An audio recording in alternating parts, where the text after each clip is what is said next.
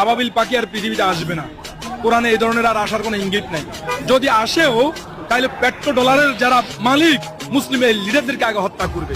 মার্কিন যুক্তরাষ্ট্র তার চারিত্রিকগত দিক থেকে সে সঠিক আছে, কেননা সে 70 বছর থেকে এই ইসরায়েলকে সাপোর্ট দিয়ে যাচ্ছে।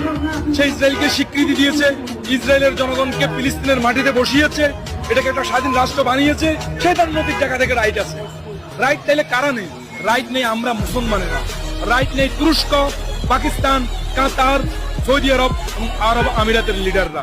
এই যে আবাবিল পাখির কথা বলা হচ্ছে, আবাবিল পাখি আর পৃথিবীতে আসবে না। কোরআনে এই ধরনের আর আসার কোনো ইঙ্গিত নাই। যদি আসেও তাহলে পেট্রো ডলারের যারা মালিক মুসলিম এই লিডারদেরকে আগে হত্যা করবে। কেননা আমরা শিয়া সুন্নির নামে বিভেদ চড়াচ্ছি, আমরা বুকে না কোমরে হাত দিব সেটা নিয়ে আমরা দ্বন্দ্ব চড়াচ্ছি। অথচ আমাদের যে নৈতিক দায়িত্ব, আপনি একবার দেখুন পাকিস্তান পারমাণবিক অস্ত্র সজ্জিত।